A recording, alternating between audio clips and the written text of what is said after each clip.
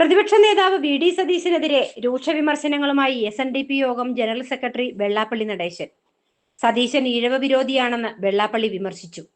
മുഖ്യമന്ത്രിയാകാനുള്ള അടവുനയം പ്രയോഗിക്കുകയാണ് സതീശനെന്നും അതിനായി വർഗീയവാദികൾക്ക് കുടപിടിക്കുകയാണെന്നും വെള്ളാപ്പള്ളി ആരോപിച്ചു.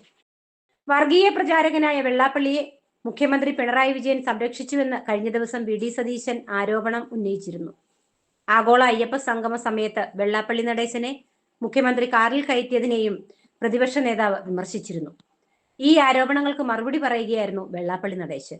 സതീശൻ ഈഴവ വിരോധിയാണെന്നും ഈഴവനായിട്ടുള്ള കെ സുധാകരനെ KPCC അധ്യക്ഷ സ്ഥാനത്ത് നിന്ന് തെറിപ്പിച്ചത് ഇതിന്റെ ഏറ്റവും വലിയ തെളിവാണെന്നും വെള്ളാപ്പള്ളി പറയുന്നു.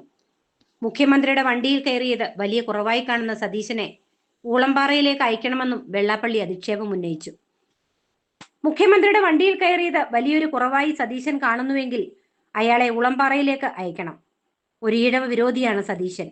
ഒരു പിന്നോക്കക്കാരനായ തന്നെ മുഖ്യമന്ത്രിയുടെ വണ്ടിയിൽ കയറ്റിയതാണ് തെറ്റായി വ്യാഖ്യാനിക്കുന്നത്. ഒരു പിന്നോക്കക്കാരൻ അങ്ങനെ ഒരു വണ്ടിയിൽ കയറാൻ പാടില്ല എന്നാണ് സതീശൻ പറയുന്നത്.